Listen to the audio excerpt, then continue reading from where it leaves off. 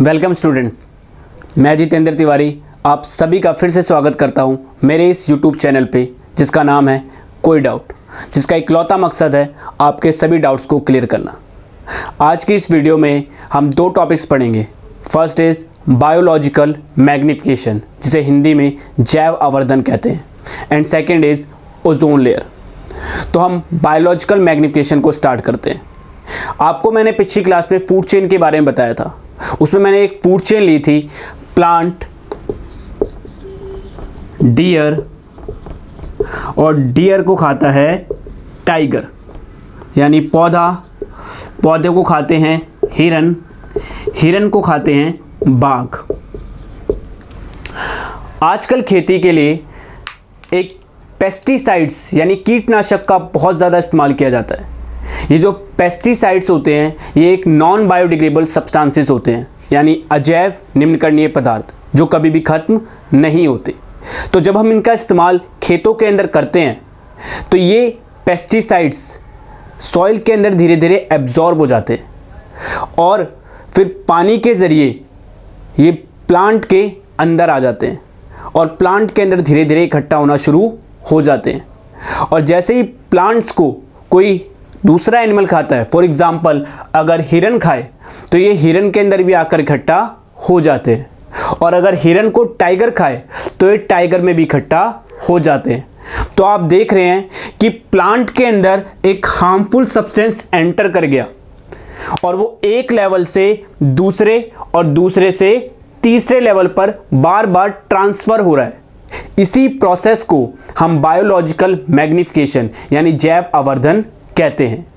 It is a process in which a harmful substance enter in a food chain and it transfer from one trophic level to another trophic level is called biological magnification।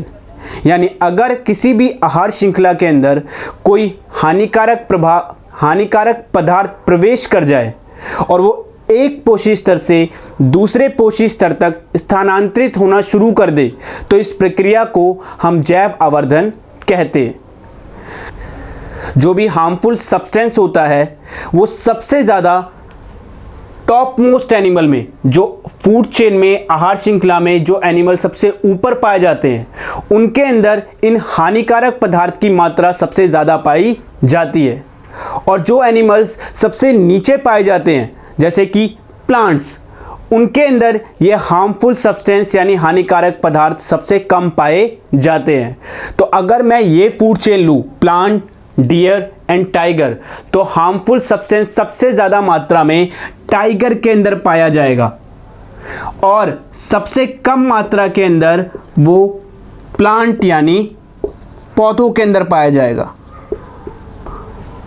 I hope आपको ये बात समझ में आ गई होगी। तो हम अगले टॉपिक की तरफ बढ़ते हैं जिसका नाम है ओजोन लेयर। ओजोन जो है वो एक पॉइजनस लेयर है, बहुत ही जहरीली गैस है जिसका सिंबल होता है O3। इसको हम O3 से रिप्रेजेंट करते हैं। ये एक पॉइजनस लेयर है जो कि अर्थ के स्ट्रेटोस्फेयर में पाई जाती है। अर्थ की डिफरेंट लेयर्स होती है, उसमें से एक लेयर है स्ट्रेटोस्फेयर, जिसे हिंदी में कहते हैं समताप मंडल। ओजोन लेयर समताप मंडल यानी स्ट्रेटोस्फेयर के अंदर पाई जाती है। सबसे पहले बात यह आती है कि ये बनती कैसे है। तो मैं आपको बता दूं, सूरज से कई रेज आ रही होती है, उन्हीं में से एक रेज होती है यूवी रेज।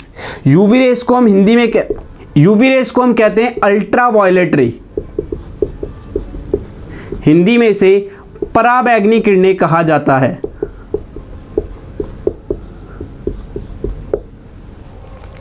जो सूरज से यूवी रेज आ रही होती है, जैसे ही वो अर्थ के अंदर एंटर करती है तो अर्थ के अंदर जो O2 होता है, ऑक्सीजन, उस पर ये स्ट्राइक करती है, यानी उस पर ये टकराती हैं, जिसकी वजह से जो ऑक्सीजन का मॉलिक्यूल होता है वो free oxygen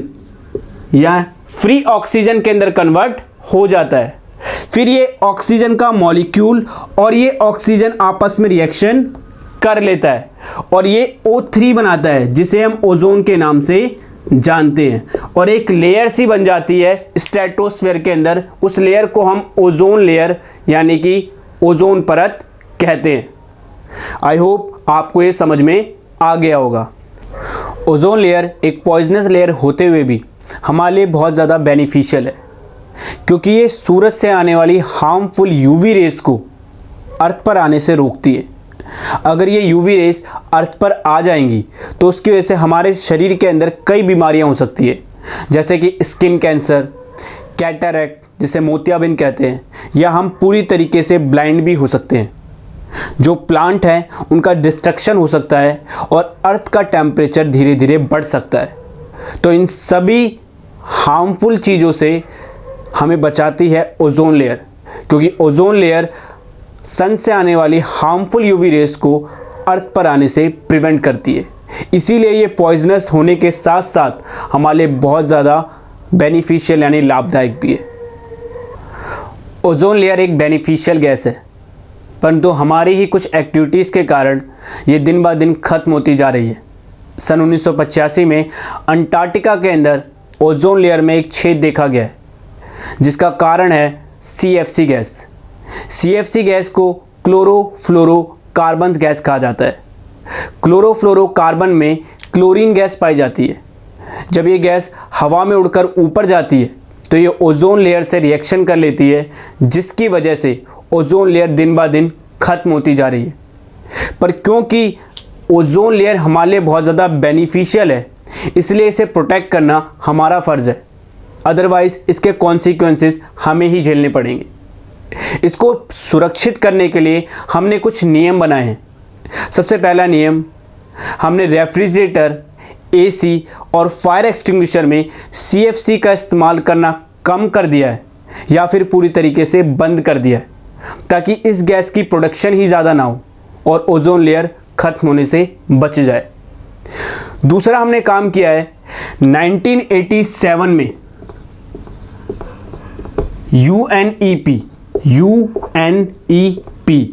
UNEP is stands for United National Environmental Program, संयुक्त राष्ट्र पर्यावरण कार्यक्रम।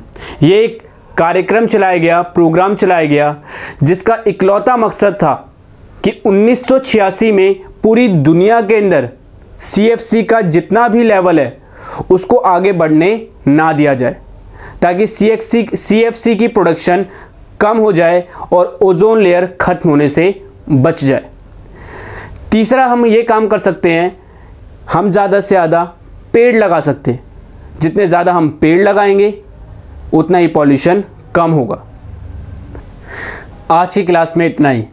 अगर आप ऐसी ही वीडियो और देखना चाहते हैं तो चैनल को सब्सक्राइब करें, लाइक करें, शेयर करें और मुझे कमेंट सेक्शन में बताइए कि आपको ये वीडियो कैसी लगी। धन्यवाद।